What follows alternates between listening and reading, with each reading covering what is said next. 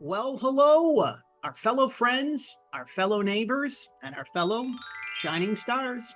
Our next trolley stop is here, and our next trolley stop is now. Welcome back to another all-new episode of PR from the Heart's children's book spotlight series. To be precise, we have reached episode number 195. That is the 195th trolley stop here at the Children's Book Spotlight series and PR from the Heart as part of our New Year's celebration. My name is John Masiulionis, the manager here at PR from the Heart and the host of the Children's Book Spotlight series. We appreciate all of your free time, wherever you are, wherever you may be. We hope that you are continuing to enjoy your 2024. If you are new to our neighborhood, one of the many ways that you can pledge your support for the program is to subscribe to PR from the Heart's official YouTube channel and to share this very special trolley stop that you are about to enjoy. That is, again, episode number 195 of the Children's Book Spotlight series. We have reached the start of 2024. We have reached the start of the new year. And oftentimes for many of us, it's about resolutions. It's about becoming a higher and better version of yourself, right? Along the way, it's important in order for that to happen that we release what no longer serves us, that we release, many of us, we can even feel like we have crosses to bear. And it's interesting because I know that many of us who celebrate Christmas, we just wrapped up with the Christmas season, and now we're transitioning to the season of Lent, which is, it's a solemn time. It's a very important time for all of us. And when many of us are experiencing changes and transformations, they can be scary. They really can. And many of us, we feel like we're the only one that knows what it is that we're going through. So there's times we need support. There's times where we need to call on a friend. And it's interesting, I've actually had this little guy in my office for some time, and he wants to say hello to all of you today. You know who this guy is? This guy's Jesus, right? Out of all these little stuffed plushies of Jesus, I found this one. I forget how long ago it's been, and it's just so friendly, right?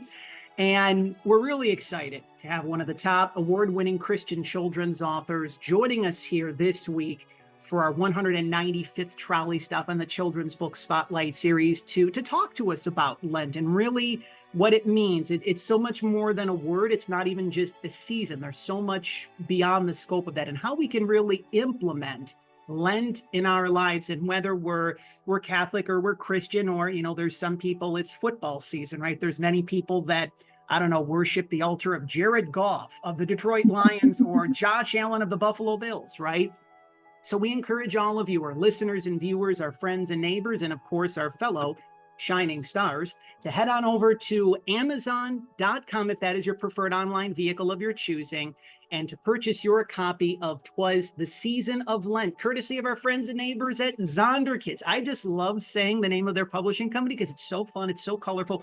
Great to collaborate with the team at Zonderkidz once again to start off 2024. One of the many ways that you can pledge your support for Glennis is to leave a 5-star review as well for Twas, the Season of Lent. That lets her know that she's doing wonderful and much needed work for children, parents, families, educators, for those who love great children's books. So we're traveling across the country, and I know especially coming off the heels of the Detroit Lions win over the Los Angeles Rams, Michigan and the Detroit area is in this state of jubilation and celebration. So the trolley is heading out across the country from San Diego to, I believe it's called the Mid-State, because I think, is it like Michigan or Detroit? It kind of something along the lines of like the glove or the mitt, if I'm not mistaken. And of course, bundle up, because when the trolley travels from San Diego to Michigan, you got to wear some winter clothing, of course. Joining us for her first trolley stop on the Children's Book Spotlight series, award-winning children's author Glenys Nellist, joining us aboard the program. Glennis, we really appreciate your free time. Happy New Year, and thank you for spending some time with little Forrest and I. Of course, I forgot to mention my faithful furry friend and companion and co-host of the program. He just tends to be a little bit quiet when he's enjoying his collagen treats. So thank you for joining little Forrest and I. Well, thanks, John, so much for having me. And yes, it's the mitten state. So you would need your mittens on if you're here today, because it's like -3, it's freezing. So I'm sending much San Diego sunshine and warmth your way, even though I can admit over the past couple of days, I think when I saw the temperature one time, it was about 38. So that's, I know, like, it's like a tropical paradise for people on the East Coast when it's 38 at this particular point in time of the year. We always like to start off every children's book spotlight series episode talking about an author's origin story. And you've been bringing smiles to the hearts and faces of children for a long period of time. As I mentioned, you're one of the top Christian children's authors in the world of children's literature. When did it first click for you? For some authors, it's a specific experience that they happen. For some authors, when they're growing up, they have a little black and white composition notebook, and they know that they're going to be a writer and put out many books. Could you take us back to where it all began? Because I do also want to call to attention your beautiful accent as well, too. And so I tend to believe that your journey began before your time here in the United States, if I'm not mistaken.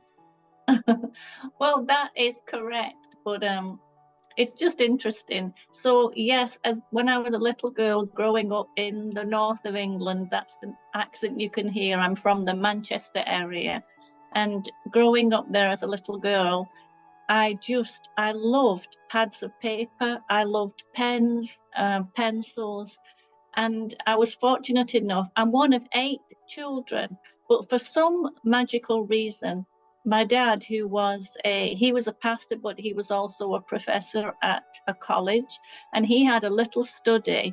But I was the one who got to have a little desk in the corner of my dad's study.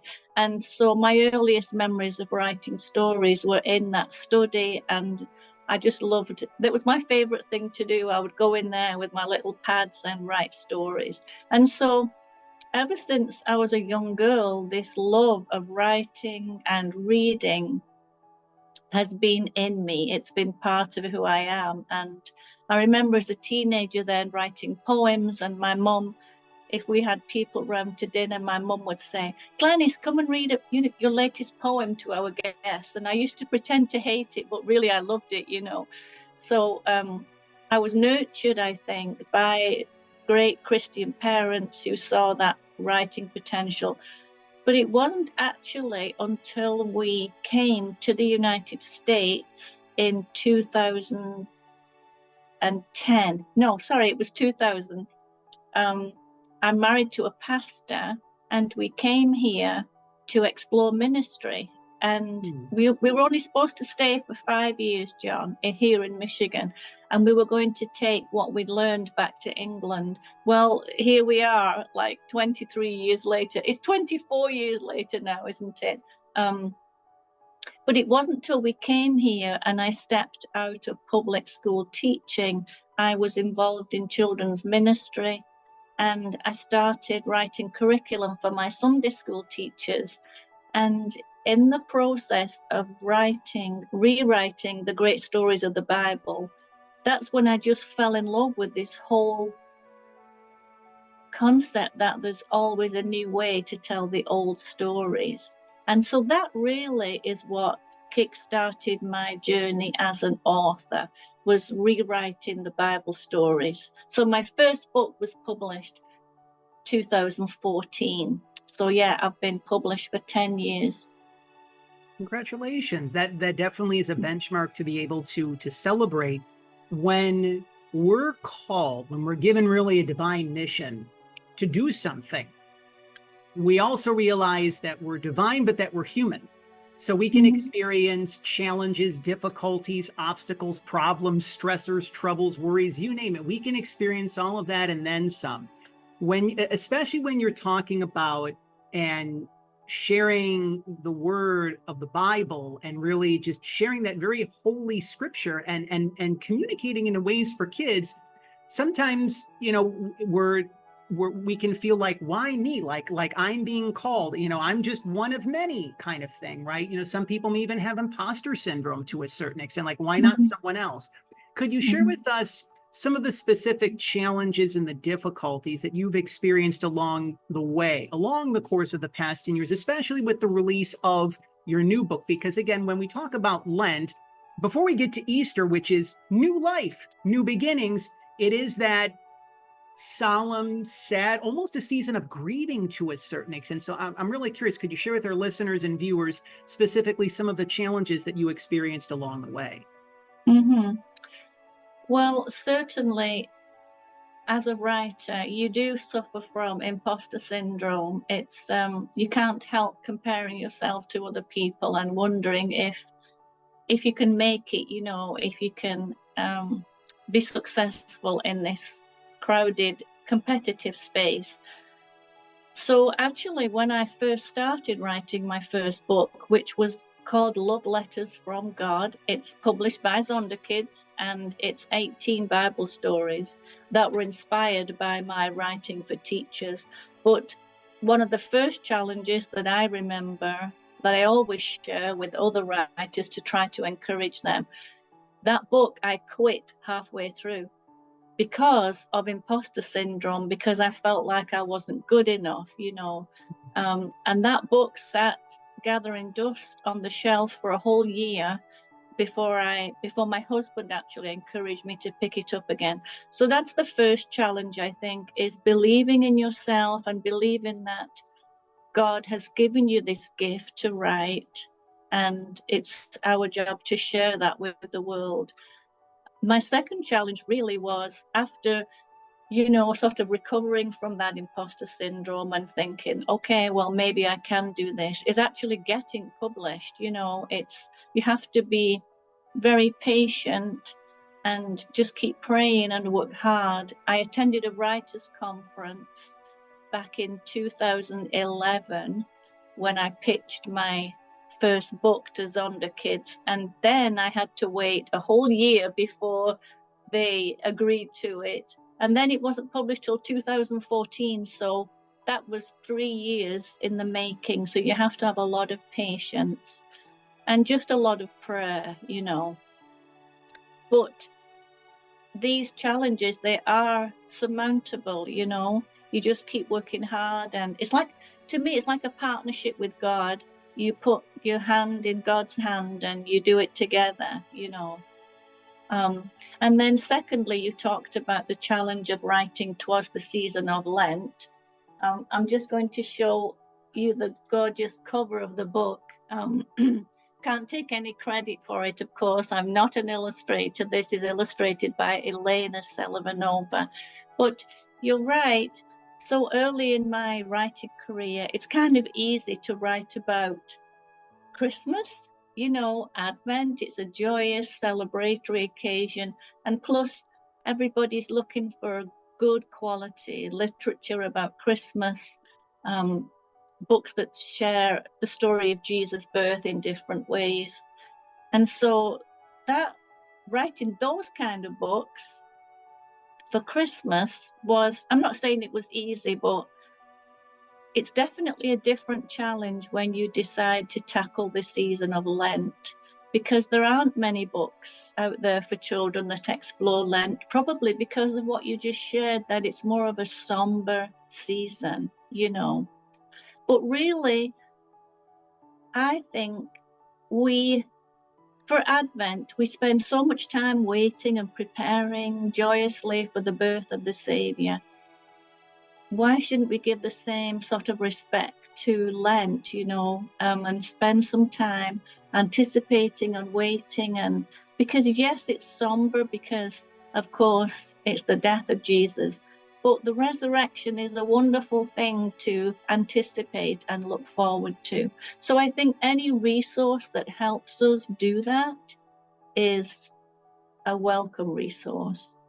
I agree, and it when it comes to the, especially Holy Week, being part Polish on my end of things, it's a very big time of the year.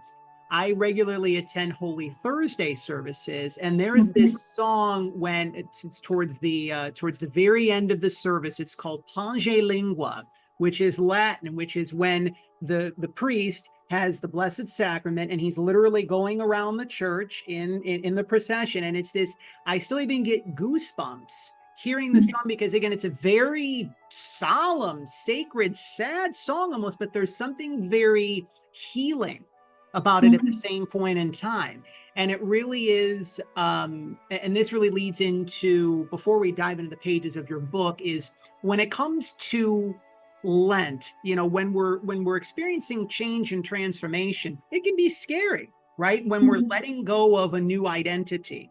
Truth be told, I used to be the guy that hosted a popular wrestling radio show for over 10 years called Monday Night Mayhem. And, you know, many people in the kidlit community, they're like, so professional wrestling, children's books. Like, it literally was a change of identity. And I'm actually in the process of writing my first children's book right now, after 10 years of helping authors get their books out there. This is something I wanted to do for like 7 or 8 years on my end of things. So I'm also experiencing some fears and doubts, and the I'm not worthy. I mean, all those things that aren't truly true, so to speak, especially when it comes to kids and adults. When we're talking about change, when we're talking about transformation, this really is the perfect time of the year to be able to do that. We always like to be able to provide some tips, some tools, some strategies for parents, for caregivers, for educators, so that they can take away for themselves and also to pass it along to their kids, to their students on their end of things. For those who are wanting to experience change, or who are in the midst of change right now, so to speak, and they're experiencing those challenges and difficulties, even if they're just embarking on something new in the process, what would be some words of encouragement and support that you would like to share, both for adults as well as for kids? Well, first of all, change is hard, but change, well, you know, like Lent is a growing time. You know, you think about all the bulbs and the seeds under the, like here in Michigan, they're all under the snow right now, and they're just waiting. You know, it's kind of a waiting time. I think Lent is a good time to prepare and think about who we are and whatever changes we might be facing, to know that God is with us in that season, and that usually when we've gone through a process of transformation or change, we're better people when we come out the other side of it, you know. And that just that God is with us through all that transition and all that time.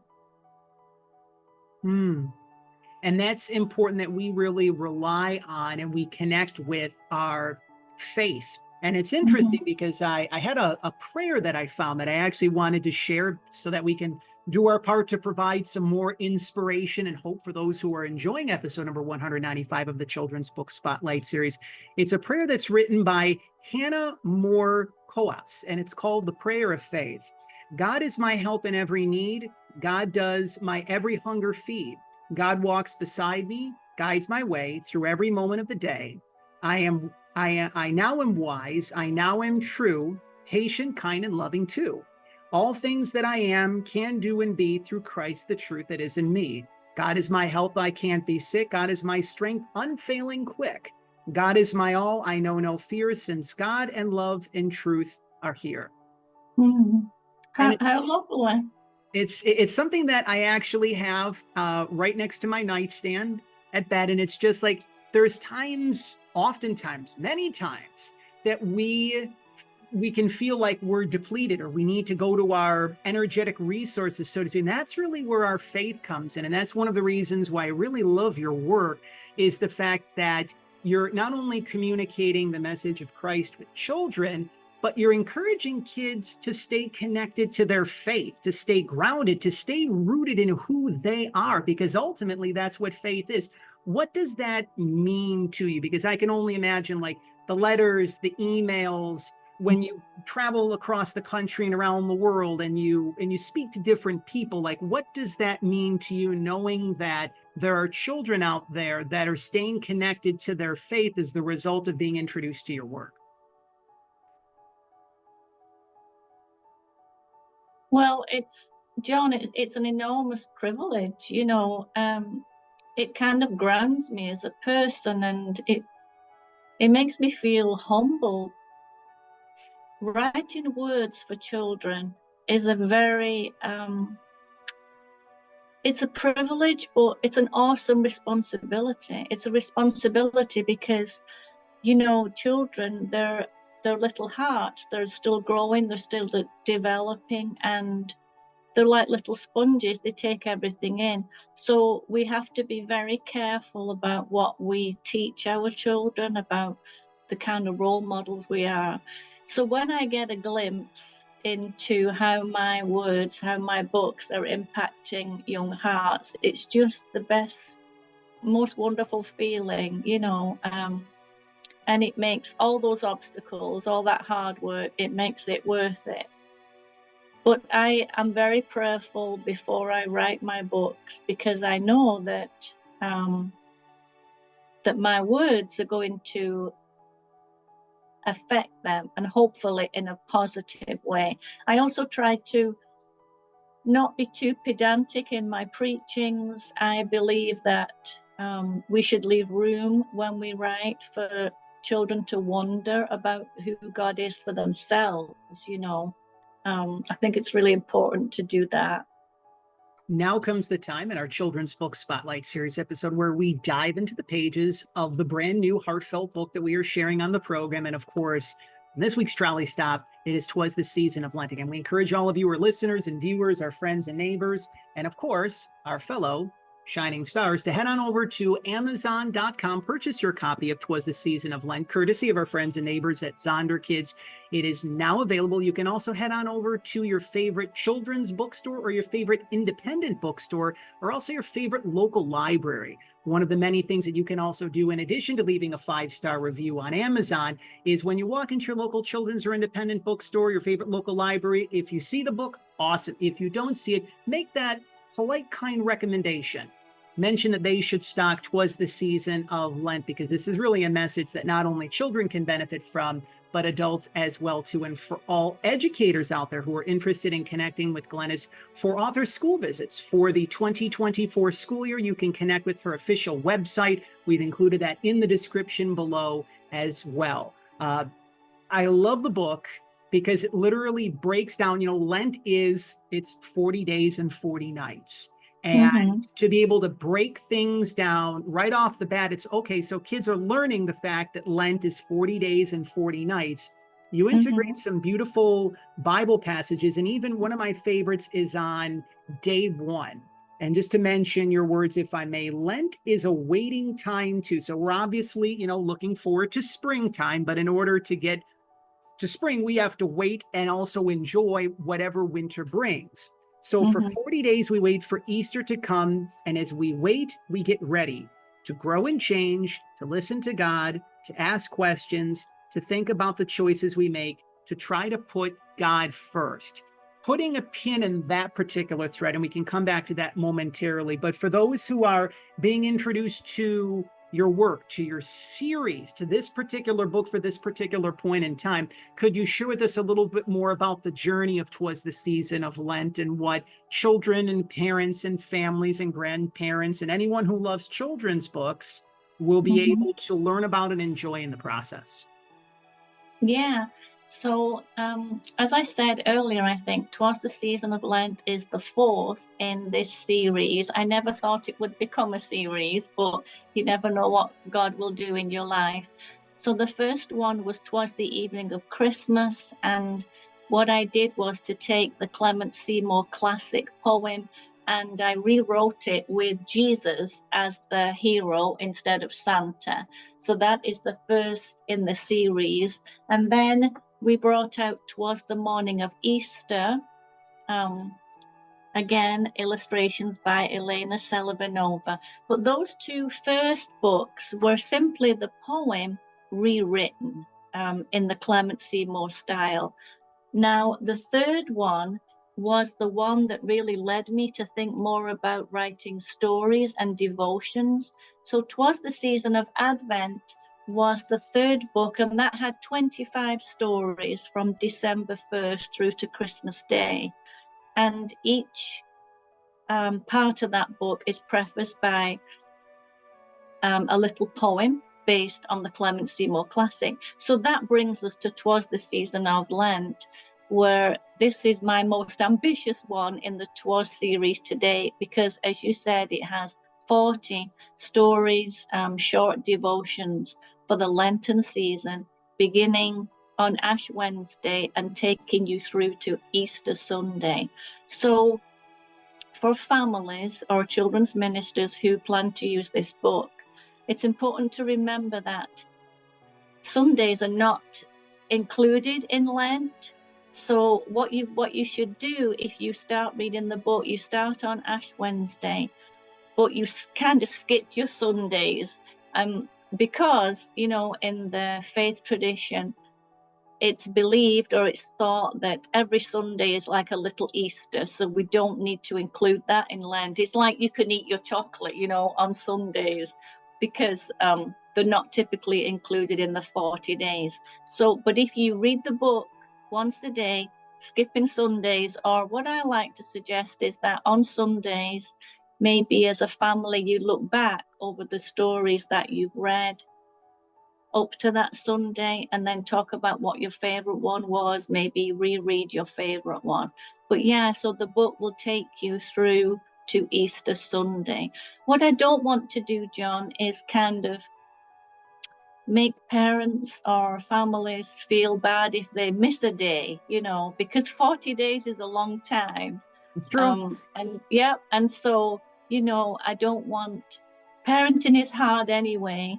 I don't want parents or caregivers to feel bad if they have to miss a day, or if they have to skip over a story, or if it's too long for the child to pay attention. I just want it to be a resource to encourage readers on their Lenten journey and try and just help them draw closer to Jesus.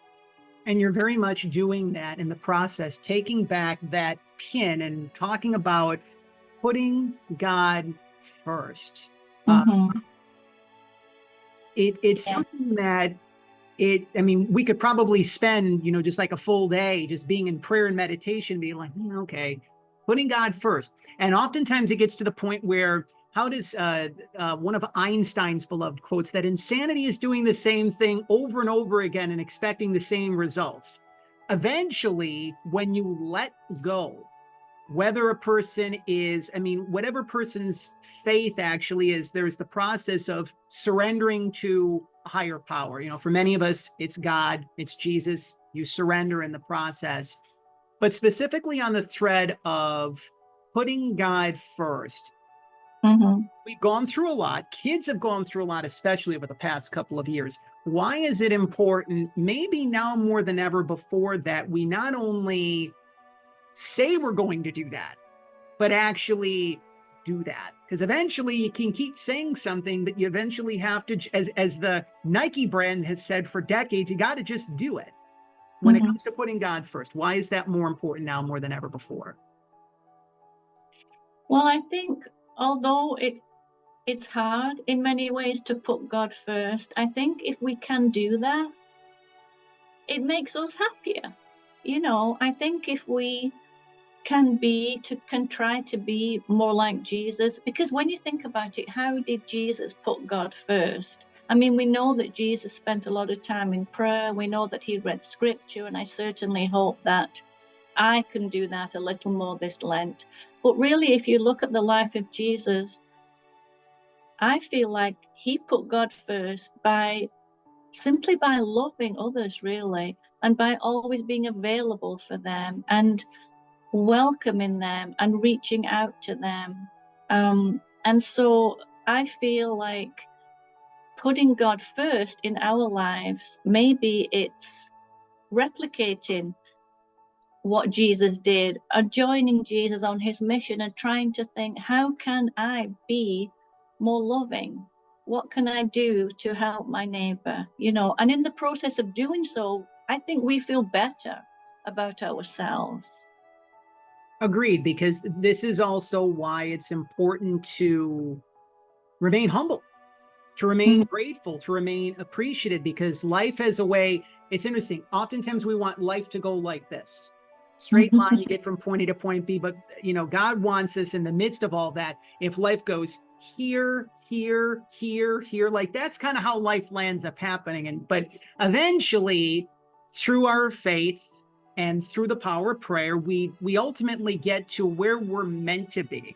And sometimes where we're meant to be and where we want to be, that's like winning the lottery and it being Christmas every day. But oftentimes, and we encourage our listeners and viewers to kind of lean into this, is that there's times where we're meant to be is sometimes better than where we want to be, because ultimately, God's smarter than all of us, right? But he's also encouraging us to still, use our, open up our hearts more and use our brains at the same point in time. We're beginning to wind down our time with our featured guest here on episode number 195 of the Children's Book Spotlight series, award-winning Christian children's author, Glenys Nellist. We are fully enjoying her brand new children's book, Twas the Season of Lent. It is now available courtesy of our friends and neighbors at Zonderkidz. We encourage all of you to head on over to Amazon.com, leave a 5-star review after purchasing your copy of Twas the Season of Lent. It's one of the many ways that you can pledge your support for Glenys, to let her know that she's doing wonderful and much needed work for children, parents, families, educators, and those who love great children's books. We encourage you as well to stay connected with Glenys on social media. We've included her social media platforms in the description below as well, too. We have 2 ways that we close out every children's book spotlight series. We're big fans of Mr. Rogers, of course, the beloved host of Mr. Rogers' Neighborhood. We still feel his spirit, even though it's been, 20 years since he left this earthly plane. And he did this in many ways through his time on the Neighborhood, when he spoke at college commencement speeches, talks all across the country, most notably when he received his Lifetime Achievement Award at the Daytime Emmy shortly before he passed from stomach cancer. He encouraged us to remember those who helped love us into being. And that was his way of saying, I feel that God places angels on our path when we're feeling low to bring us up. There's times when maybe we want to throw in the towel and there's someone that comes in and it may look like they're saving us. But in many respects, they're reminding us of who we are. They're reminding us of our inherent gifts and our worth and our value. Who are some of the people that you would like to publicly recognize here in episode number 195 of the Children's Book Spotlight series that helped love you, Glennis Nellist, into being? Oh my gosh, far too many to mention, John, to be honest. But my dad, number one, was a huge influence in my life and in my Christian journey and in my writing, both my mum and dad, actually. But then I had a wonderful lady in England. Her name was Linda Greenham. She was the Sunday school superintendent at one of our churches in England. And we have 4 grown children now, and I have 4 precious grandchildren. But when my children were little, they were kind of wild. They were crazy. They were like hard work. She was just so patient and so loving and just loved my children. And so, in fact, my first Bible, it's called I Wonder, Exploring God's Grand Story, and I dedicated it to Linda. She's not with us anymore. She died way too young, but Linda Greenham was a wonderful role model for me and showed me how to love children just by who she was. So yeah, I'd like to mention her. That's beautiful. And I want to thank you for mentioning her name, because Mr. Rogers said several times that whether the people that we're remembering who helped love us into being, whether they are near or far, whether they're still walking this earthly plane or watching down on us from heaven, that they're smiling, knowing that they made an indelible impact on our lives. For me, one of my main sources of inspiration has been my grandmother, Jane Sajecki. And even though it will be 11 years that she passed in August, I know that she's been inspiring me every day to continue to do the work that I do for children and for children's authors as well, too. And oftentimes we can feel someone's presence in a greater fashion after they're gone. And that's also one of the things that Easter teaches us in many respects, is that because, Jesus obviously died on the cross in Easter, but he rose to new life. And we were able to connect with him in a higher way in many respects. And that's how we're able to do that with our loved ones who are no longer with us in the process. We're also huge Disney buffs on the Children's Book Spotlight series. I firmly believe that we have the ability to bring to form and shape our dreams, our desires, our goals, our ambitions. We can literally fulfill our wishes. And encourage those people that are in our lives, those who we love, that we're blessed to serve in the process. And so we go back to the year 1992. It was a great year. I was 11 years old. I turned 11 in August of 1992. We remember the late Robin Williams. Of course, he played the Genie of the Lamp in Disney's Aladdin. So we have a little segment here on the Children's Book Spotlight series called Three Wishes. This is a tried and true genie lamp. It's been with us for a long period of time. So, Glenys, you have given freely to children, parents, families, educators, those who are following their own paths in the process, their own paths to and with Christ. So you're being given the opportunity to receive. Now, I think the only automatic disqualifiers are you can't ask for more wishes and you can't have someone fall in love with you. But anything else is fair game. So you're being given 3 wishes on the Children's Book Spotlight series here. What would they be? Well, I don't know. Maybe I would say I wish that I get to write more books. But honestly, I just wish that the words I write will have a meaningful impact. I really do wish that. And if I get to see it or not. And then the second wish, I hope my husband has a long and happy retirement. He retires, he's a pastor, he retires in June. I really wish that for him. And my third wish, that I get to enjoy that with him. Yeah. Oh. Well, it's interesting because little Forrest, my little guy, is coming in right now, and he is reminding me, and he's reminding all of us that if our wishes come from our hearts, they have a greater chance of coming to fruition, and those wishes being fulfilled. Raise your hand if you have had fun on episode number 195 of the Children's Book Spotlight series. We see hands from myself, hands from Glennis.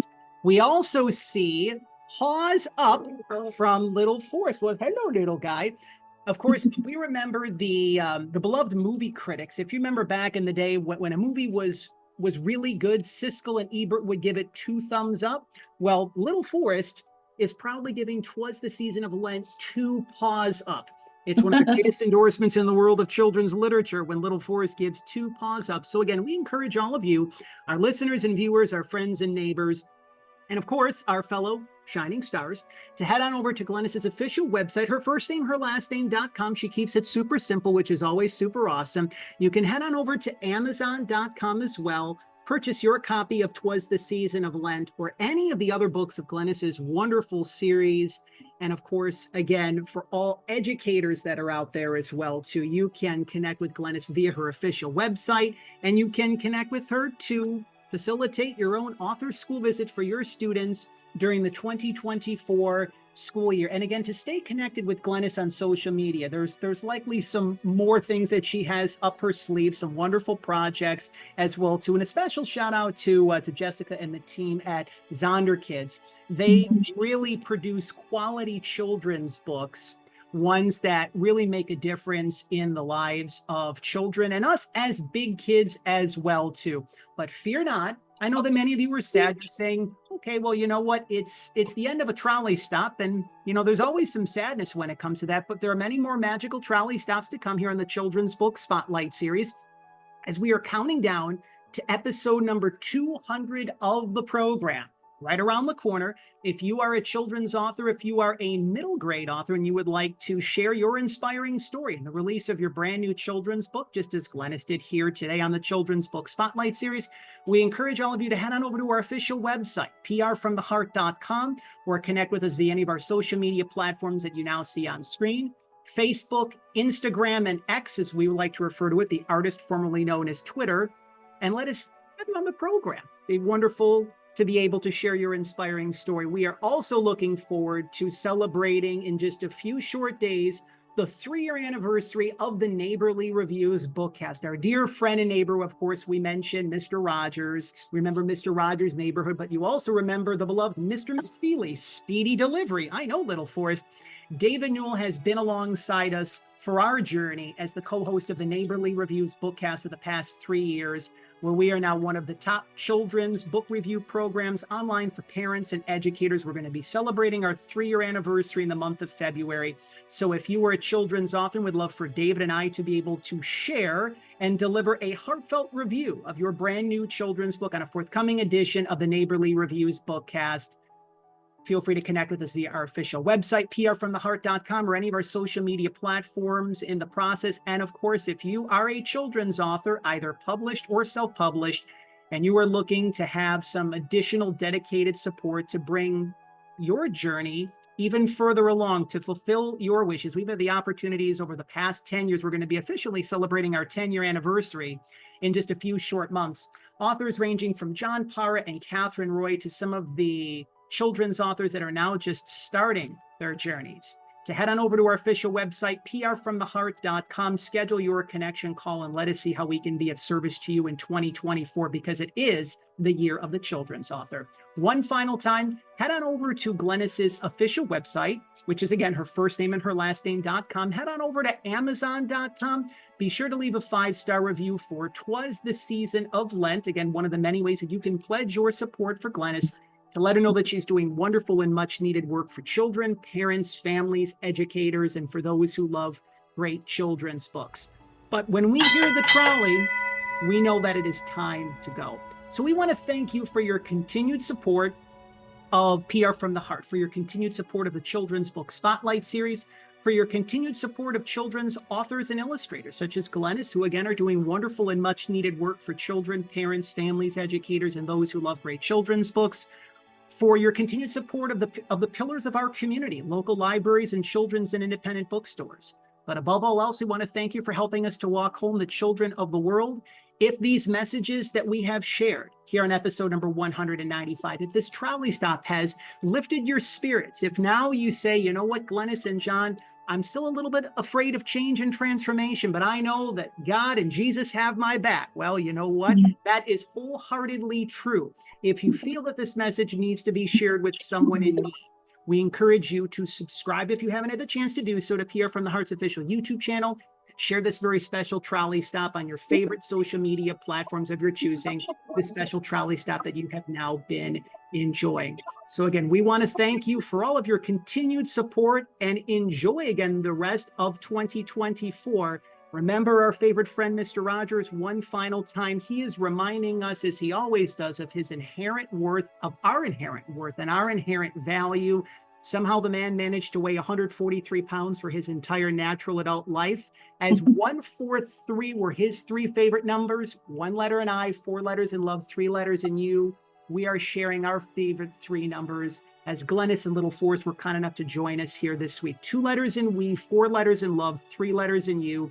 So that is our reminder that we see you. We see your inherent worth, your inherent value. You've got this. God's got this. 2024 is going to be one heck of an amazing year. So for Glenys Nellist, for little Forrest, for myself, John Masiulionis, thank you for spending some time here on episode number 195 of the Children's Book Spotlight series. And thank you for helping us to walk home the children of the world, our fellow friends, our fellow neighbors, and our fellow shining stars. Goodbye for now.